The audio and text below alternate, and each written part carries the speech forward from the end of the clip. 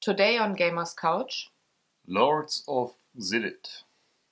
Hi Hello. there everybody, happy Sunday, it's gaming time, it's couch time, doo-doo-doo. It's Christmas time, ting-a-ling.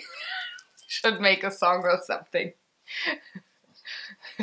No rock Santa, please. If I throw the thing into the camera. No, please don't. It's my precious, just like you.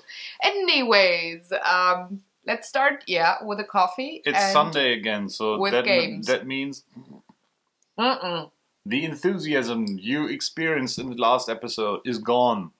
Long gone. It's very blurry now. Just because you're half asleep doesn't mean you don't have to be excited and energized. Very excited. Let's do this. No, I meant excited for the end. Oh. Well, obviously not. Anyways, let's start with rules and gameplay. Blah, blah. Hold on. Blah. Again. First of all, before we start with anything, let's give you a look at... This is what we're going to talk about today. The Lords of Xidit. The very, very colorful box. Very green, yellow. Very serene looking. And with a dude riding a giant... Bob. No, it's riding a giant rabbit lizard? We don't know, but it's blue. Yeah. Fantasy! You can get away with anything these days. Yeah. Well, just use your imagination. I would totally write that kind of a animal thing. It reminds me a bit of which game was it? Grandma? No, not. I give you grandma now. Rabbit thingy, the family party game that we have on PlayStation. With the bunny. You just want me to make funny faces. Great. Awesome. Anyways, no, let's just skip that and go into the game's play and the rules, which my sweet husband is going to explain while I make a nice face and beautiful decorations to the screen. Go on. So let me welcome you to the lands of Xidit where this game takes place. You are going to be one of up to 5 little guys? Heroes. Heroes on their fabulous fantasy mounts. So this green guy is riding on a giant turtle. Totally cool. I want to be green next time we play. I see. Just because I like turtles a lot. The lands of Xidit were, well, in peace and prospered for a whole bunch of time, but at some point someone opened up the urn that contained all the evil and released it back into the worlds. So yours and our job is to travel through the lands, recruit, well, help and punch some bad guys and, well, get famous, get money and impress wizards. And at the end, you win if you got the most of everything. So, sort of. Not quite. We get into that later. So, now we are trying an exercise in unfolding and showing you the game board once, so we don't have to do that again later. So, please pay close attention now. Don't throw it in my face.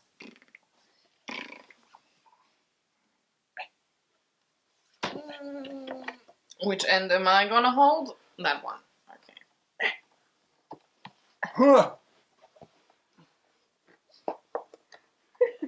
You can't. So now, as you might see, this is not a tiny game. No, it's quite big, and I need to go here to actually be able to show you something. So these are the lands of Xidit, and you can see there's a whole couple of towns available to travel to. In fact, they're numbered from 1 to 21. And these are the towns that fall for having monsters there, and these are also the towns where you can recruit people. Also, there's some treasury, game boardy stuff here where you can keep track of points. You can keep track of reinforcement tokens.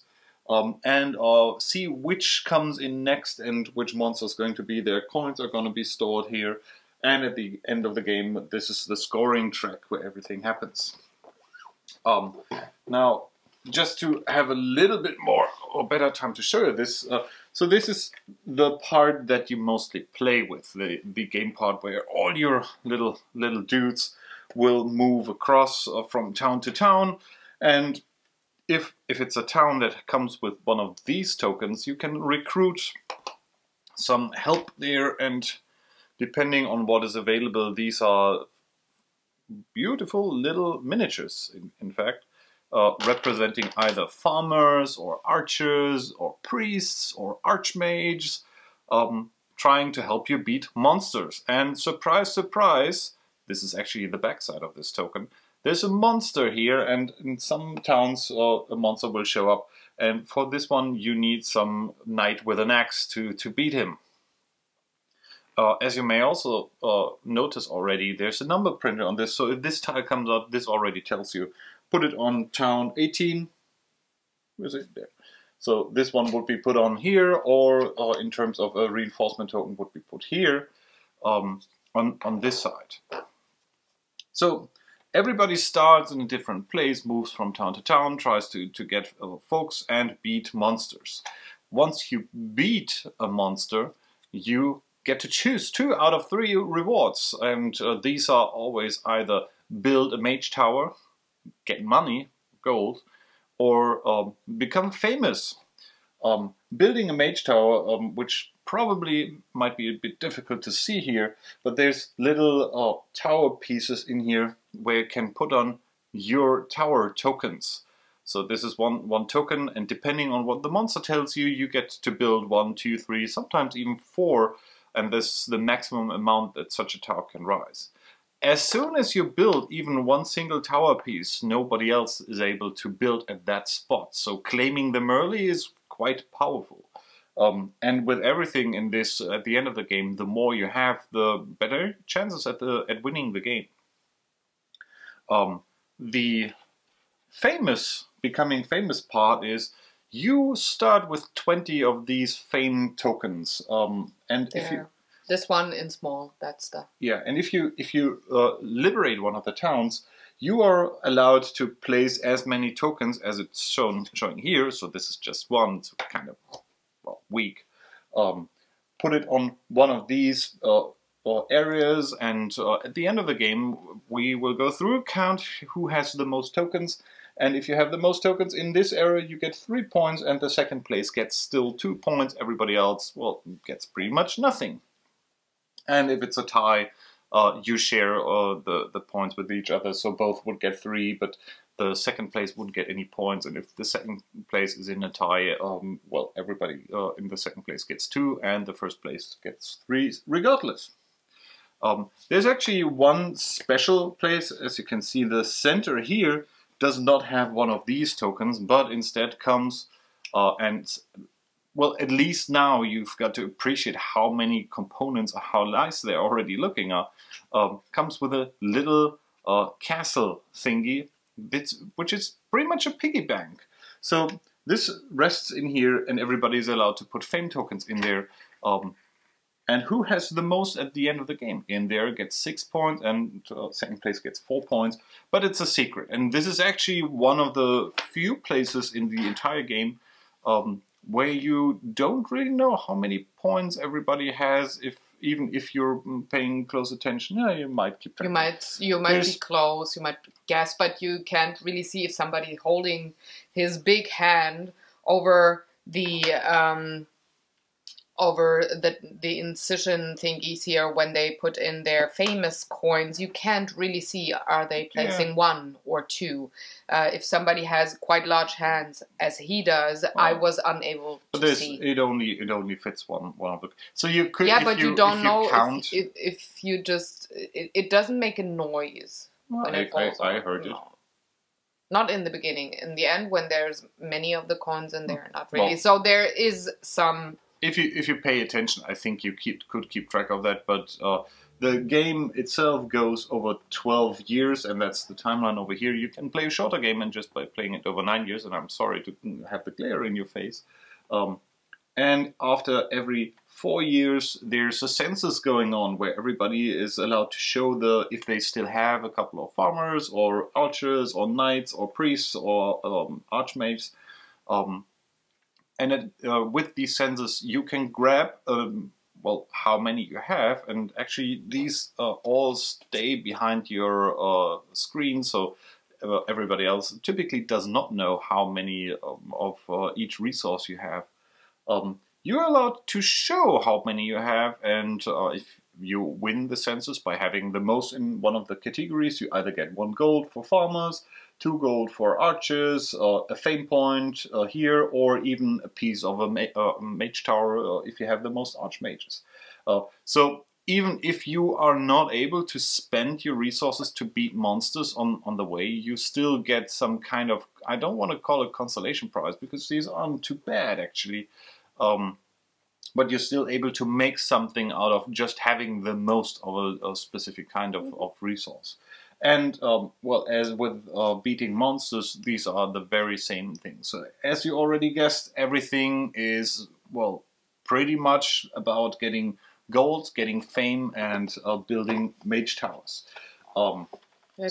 Thank you. My arms get heavy. So, at the end of the game, we have, actually that's the token that is not around here. So you place 3 tokens on here corresponding to gold, to fame, and to the mage towers. And you're actually supposed to do that randomly.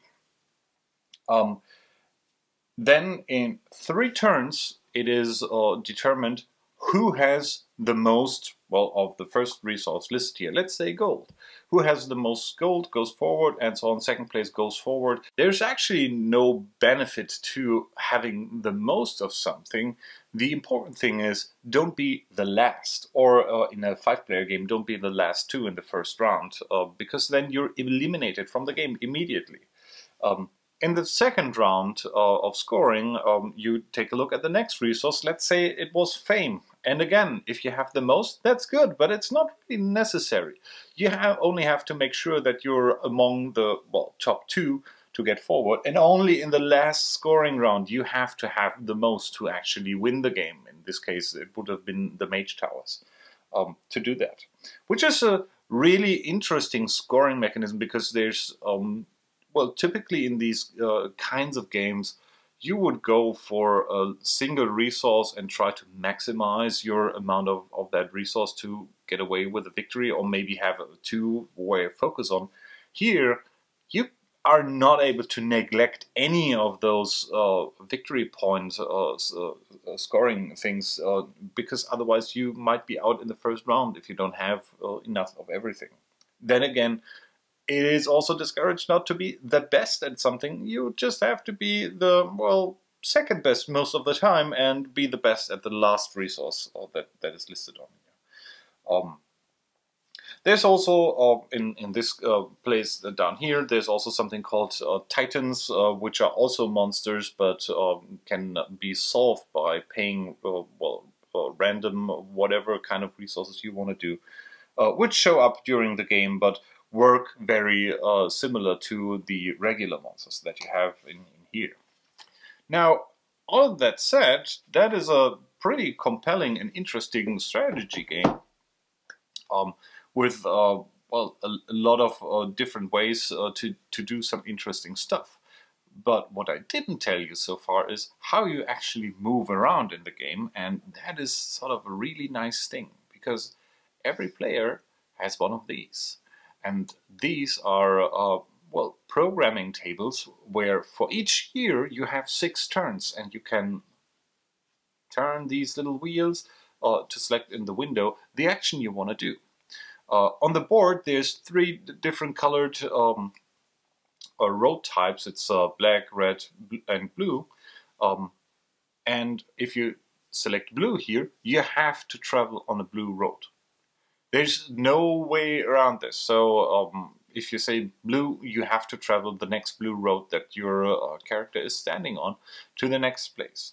Then there's the, kind of underwhelming yellow cross, which is just, don't do anything, wait for a round. and the green action symbol, which depending on where you are has different meanings. If you are on a space where there's nothing, you don't do anything. Well, there's another. You are able to beat one of those titans if they're out already. But if they're not out, you just you don't do anything.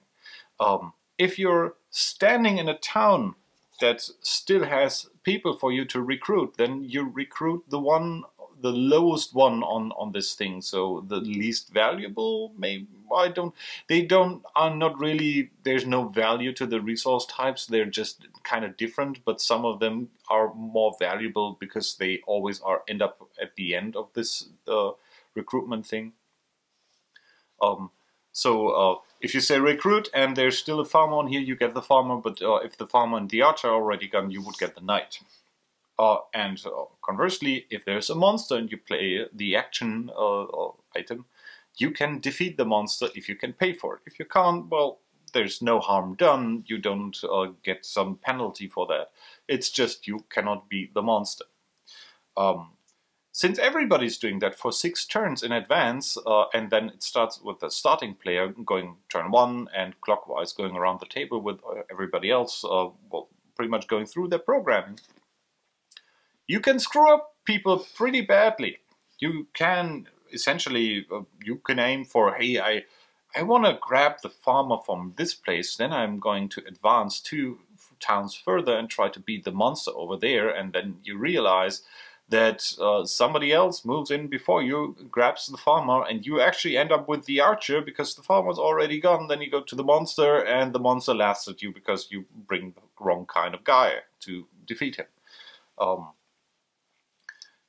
And that may not sound like a big thing, but having this programming dial in here and that interesting scoring system of not having to be the first at anything really, but trying to keep everything on a consistent level, makes it for a very interesting kind of game where you try to anticipate what everybody else is doing, but you have to take risks sometimes. Also, since you are able to see what the next monster will be that comes out and the next recruitment token, and to see where it will be placed, you can even plan even more in advance by trying to figure out, okay, I might not get that one, but if someone else picks that up, that makes immediately the next recruitment tile come out. And so I could already start moving there and pick up someone there. So there's a lot of pre-planning, and as with life planning something 6 steps in advance is way more difficult than you might imagine. So be prepared to fail a lot and fail hard on trying to do this. The last thing to say, as I said, you have these screens as to protect everybody else from, or protect your resources from being seen by everybody else. What you keep behind that is the amount of gold coins that you got for defeating monsters. You also keep secret the amount of resources you still have, and how many fame tokens you have remaining, so that nobody really knows how much you could still grab from defeating other monsters there. And as we said, with the little castle, with the little fame piggy box, that is, you have an idea by watching what other people are doing, and if you have perfect memory, I'm pretty sure you could keep track of everything. But well, obviously we are not even good enough to make 6 moves planning in ahead. So I certainly don't have perfect memory to memorize how many tokens someone else still has and how many resources they have, which might lead later to funny moments. And that is the game. It is rated for 14 years and older, 3 to 5 players. Although I have to say, The 3-player version is a variant that requires you to play with with an NPC, with a player that is controlled by a condition board. There's actually a board in there that tells you what an imaginary 4th player would do. To be quite honest, I would say it's a 4 to 5 player game. It's you might enjoy the 3-player version, but if you want to play this to the fullest, expect it to be a 4 to 5 player game. And it's set up for 90 minutes, which I would agree. We pretty much had a 90-minute game playing this. So that is Lords of Xidit, combining some things that I really like about board games. Well, go into them. Say what you like and dislike, and then we go to rating. Which brings us to, yes, likes and dislikes. So I really am a sucker for this kind of stuff. I really like programming, figures. That's how I earn money each day. But I also like I like to plan something ahead and see as much as it works out and enjoying that, but I also very much like seeing it fail very hard and everybody going and saying, "Oh no, how could you? Why? I was going." Which leads to funny stories later, and then cascading into some really funny situations where you end up in places where you don't want to be and don't do anything. Apart from that, I also really like the scoring system for the end of game, because it keeps everybody, it requires everybody to look at so many different things all the time that you don't really, at least for me, it didn't feel like being at the advantage at some thing or another, or anybody else at the table being at an advantage. I might go into that in gameplay experiences later, but you literally have to look at everything at all time and kind of balance out what you want to do. But you typically can't do that all the time, because the monsters that might give you what you want to do are not out, or there's monsters out but you don't have the resources to defeat them. You kind of have to trust on gathering resources now and going at them later. Also, resources.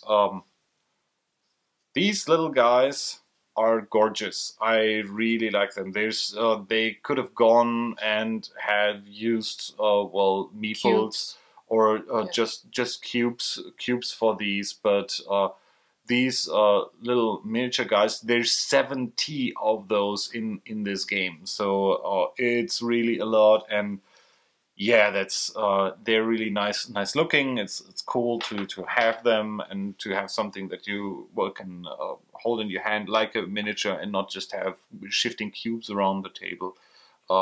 I'm surprised that they didn't go for the miniature route with the main characters, but it's not too bad, because these are so colorful, and that brings me to the next point I really like about this. The artwork is gorgeous. The board is really great to look at. It is very colorful. If you aren't aware of it, but this plays in the same universe as Seasons does, and Seasons has a very similar, very comic-y, colorful, I almost say children's book kind of art style. All the monsters on these are different and look interesting, or at least funny. As you can see here with the big serpent titan, it is just even the starting player token looks great and is not the typical hey, this is a kind of round thing with a slightly larger gold coin on it. And in terms of interaction, a thing that it's really hard to say I don't like that, because that is in the nature of the game, but there's a lot of moments where people will stare at the board entirely blank, trying to figure out what's happening. And these are tense moments if you're in the game, but if you're waiting, it might be that it's getting a little bit boring, or if you have a hard time being tolerant with people who are analysis paralysis prone, that might be an issue. Bring a clock. Yeah, same. Bring one. Yeah, same. That, but that's it's the same as with game like engine building games like Dominion, where everybody's looking at what they're going to do, and it is not unexciting. Everybody is doing something, and everybody is interested in looking how it turns out. But if you wouldn't be playing the game and just watching the table, it just looks very dull because everybody is going in there and doing that. Then again, in the phase where those program moves get resolved, all the communication kicks in because everybody's shouting at everybody else. You went there, and that is certainly something you don't always have with the game, as I said, with Dominion. So there's the interaction there is kind of minimal. It is a very similar interaction as with Caverna, where you don't really hurt the scoring of someone else, but you take them away. Yeah, but even Lots of Waterdeep has intrigue cards that allow you to directly attack kind of some players and steal some resources or some points from them. Here, you literally just grab the resources away. Indirectly, but you grab by grabbing the resources, you take away the possibility of somebody else not only defeating monsters and getting on with the game, but to maybe screw up the whole round for him afterwards, because everything is just blank. Yeah. Nothing's working. So it's very typical to worker placement games in that regard, without being a worker placement game, which is it's not. Which is well, it's not weird, but it's kind of a different approach to all that. Mm-hmm. I'd say it's more of a programming game than a worker placement. I think, at least for me, the programming part of the game is way stronger than all the rest of the game. It just... I think you could say this is a worker placement game just by virtue of there's the towns, and you move there to recruit resources and gather them, which is very similar to games like Waterdeep or games like Caverna and Agricola. But the way you move, that you don't just place your worker, you're still constrained by having this programming thing. And for me, that's the stronger mechanic in the game. Yeah, as I said, the programming part and the scoring part are the things, the highlights for me. Which no surprise here, I very much like this game. I already regret that it will be 4 or 5 players only, which is a very odd number of people to get together. I mean, our group is typically four guys, so that is good for us.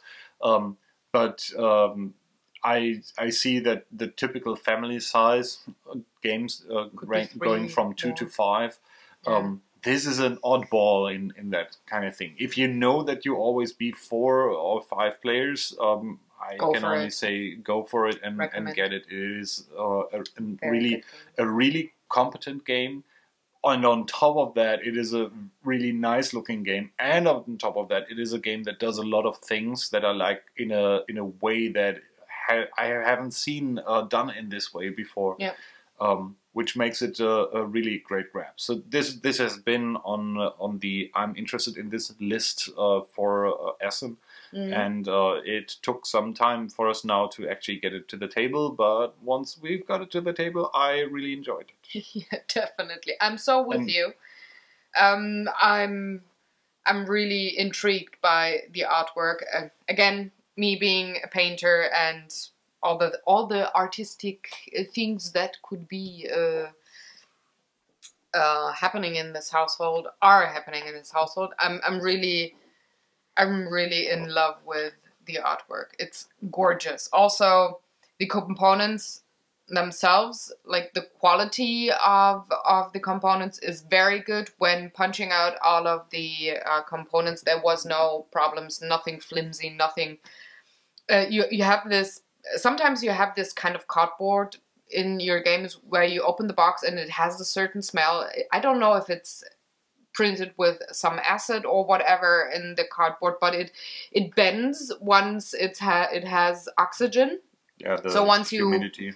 once you unbox your game, it all gets wobbly and you have to, well, straighten everything out. So that's not the case here. This is really beautiful, very high quality component stuff going on as well with the plastic figurines and the cardboard stuff. Awesome. Also, the planning board thing, well, it's a controller, so you can play, even can pretend to play video games.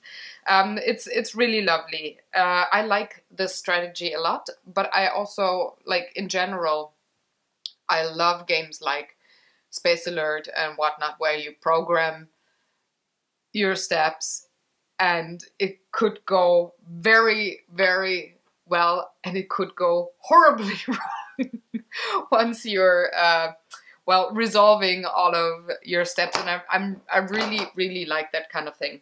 What I like most about Lords of Xidit is that you have, of course, the planning thing, so nothing is too obvious. And because of that planning phase every round, and you go around like 9 to 12 times, you have your brain set on what am I going to do, and you are going to forget, even if you track it during a specific round, what resources, gold and fame all the other players are either collecting or putting down on the board. You forget it. So there is no way during the game that you have a glimpse or an idea of who is going to win. So it's really a surprise, or it's this anxious moment when you start scoring at the end of the game and you reveal what kind of points you get for what. And I really like that about a game, when I'm not sure if I'm going to win or not, if I'm ahead, if I'm maybe last. And it takes away some of the aggressiveness that you could you could play very aggressive, or you could play just like to have fun. And there, since you don't know where you are in the scoring thing, it takes away that I'm gonna beat you just because. Also, you can't team up against a player, which I like a lot in a game. Usually when we have a game with our gaming group for the first time, we all accidentally team up against him, so he never wins the first game. Accidentally. Like I had the air quotes. So we do that just because it's funny, and he can take it. He beats us pretty much every time afterwards. So yeah, not in game. The revenge. Anyways, so this can't happen with this game. You cannot team up. There's no way to play this game with the resources and trying to beat the monsters and team up against somebody. So I really, really like that about this game. Yeah, and just by nature, by not knowing who's in the lead. Yeah, like, whom are you going to... Yeah. Is it like the nose factor? I don't like you, and today I'm just a horrible person, so I'm going to try to destroy you, and you don't even know, is he first, is he second, is he good, or is he going to lose the game in the first round anyway? So I really like that thing that you can't team up. Like, for once, he's not our target in the first round. So that was lovely. Yeah. So, rating 1 to awesome. Tell me. Oh, you planned it? I already planned the rating. So what did you plan? Resolve each of these steps, please. I didn't see what you put in there. Oh, yeah. That's a good one. I think that is accurate. Yeah, totally. So for my rating, 1 to awesome, it's awesome. It's a lovely, lovely game. And now we just have to figure out how to get 2 more people in here that live with us but disappear once the gaming night is over, so that we can play with 4 people every day instead of once a week or maybe twice a week. So we have to figure out something. Or we have to figure out how to use this game with 2 NPC players by having the duck play one. And yeah, but the duck always wins when he's an NPC player. True. He does. True. He won Cosmic Encounters, so that was. I'm very sorry. I'm not gonna have you in the game anymore. Yeah. So let's go to the greatest thing ever: the funny stories, because we had a lot of them. So things that happened quite a lot to us was simply that playing and planning and taking away resources that someone else did and not ending up with the correct thing. So literally my second turn was I could grab a resource and then go to some other place, but I had one action more than I needed to. So my first action was to wait. And that ended up screwing over someone else's turn entirely by going there and, grabbing the wrong guy. And then moving over to the monster and not being able to defeat it. So these are all kind of similar, but I mean, there's great moments. A lot of accusations going on around the table. That same friend and I had a whole turn, so all 6 moves planned out, exactly the same. So we had just a nice walk around the board, and he was, his turn was before mine, so he grabbed all the resources.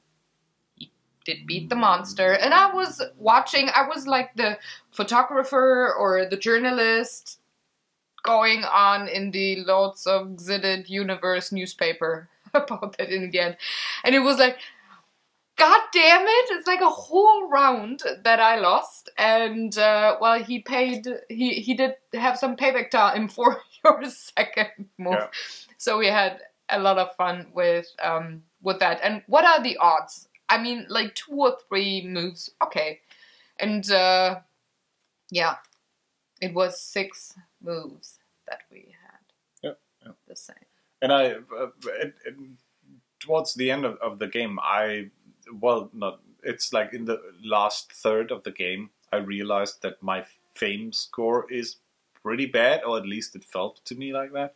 And that being the first round in elimination, I then really ramped up fame generation, and I think I ended up on top with a considerable amount of fame, of being in the lead, and still got there.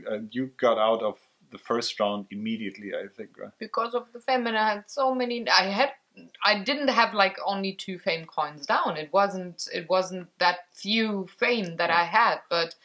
Yeah, but that one thing led to another. So me going out and getting more fame, since everybody already had some good settled positions, as you've seen in the board, you get fame for the first place and then some fame for second place, or both get the same in ties.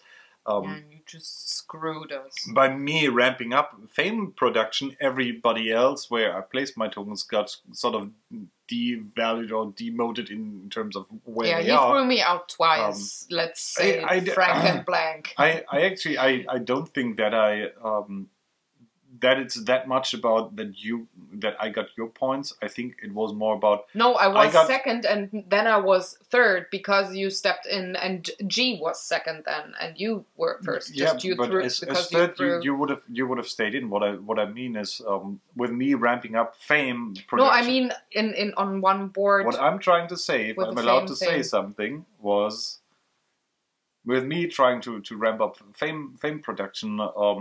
Or at least Gene then also said, oh God, he's running away, and now he didn't know if he was still in the scoring area, and then he ramped up his fame production. Yeah. And same for Styx. So it wasn't necessarily that I took away your points, but for me going in the lead, everybody else sort of followed that and got nervous about not being in the scoring what bracket. I meant, we had 2 places where G was having tokens and I was having tokens. So you have the 3 points on top and 1 point for fame for the second.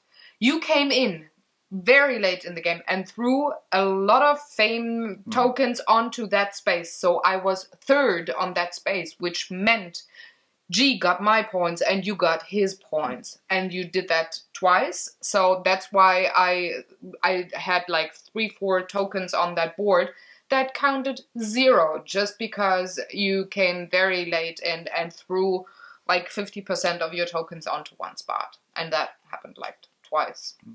So although I didn't have few fame tokens on the board, it was still a third counted 0, just because you couldn't have taken another field. No. I couldn't. I know. There were only 2 available. Slaughter some other monster, please. Somewhere else on the board where I'm not. Anyways, we had a lot of fun.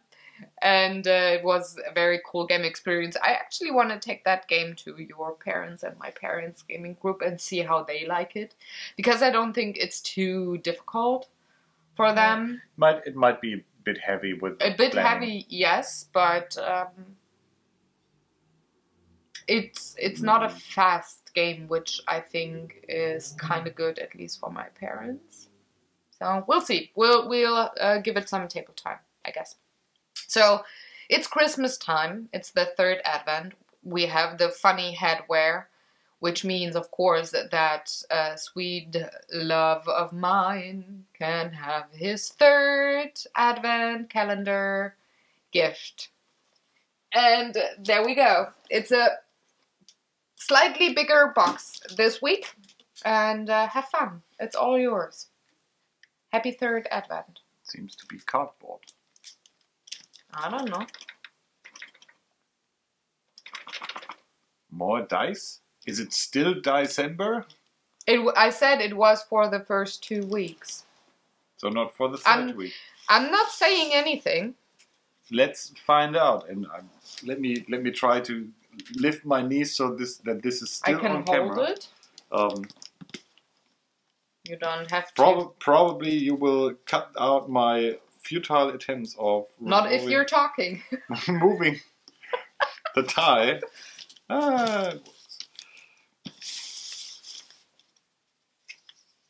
Now the weather. No, hold it. I'm going to make one of these lovely, like I learned at school. Now I'm getting unprofessional by just ripping off the paper, and let's see what's in there.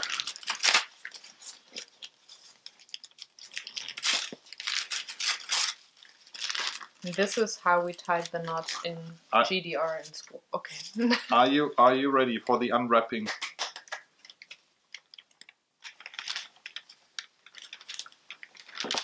Ah. It's Takenoko. Another. By my favorite game design. Yeah. How odd. Whose one is this? Is this yours or mine? It's yours. And by marriage, mine. This is certainly a game to play with the family, because it has a little panda bear. Yeah, and I'm taking away the paper because the gardener. It makes funny noises for the microphone. Yeah. Is there a die in there? Some dice? Yeah, it says weather dice. So yeah, action dice. It's still December, I'd say. But you know why? You now know why I said, not really, but kinda. Look, and it's you can play it with ages 8 and up, so your parents are in the target demographic. This is more important. 2 to 4 players. We can play it tonight if you like. We can. You mean we are proficient in bamboo gardening? Let's try. I didn't kill all of our other plants, so maybe. Yeah, the hairspray really helps keeping them look fresh. I'm in charge of the plants at our house because I have kind of a green thumb. I have the black thumb. Yeah. The black mark. When I moved into his house, I had to rescue Bob and Charlie, the 2 palm trees that he got. And they still live. They are behind camera. So, yeah. Well, we can go for some bambooing. That sounds dirty. Thank you very much for You're welcome. For this exercise in weed cultivation. Bamboo, obviously bamboo. That's yeah, I get confused easily with that. Yeah. Anyways, I think that's that for week 3 and the 3rd Advent. Only one more to go. So just as a tiny teaser and announcement thing, we're going to shoot a very special episode of Gamers Couch on the last week of 2014. So after this game there, the episode afterwards is going to be a review to 2014 episode. So you will not learn about a new game then, but well, get more insight into our year and our experiences and opinions and whatnot. What do you know? What do you mean with who knows? Maybe we talk about games that we haven't talked about yet. Yeah, that's true, but we're not gonna review them, and we're not gonna go with gameplays and rules like the normal format. That's what I meant. All right. So. See you then. Thanks for watching. Happy Sunday. Like, share, subscribe, as always.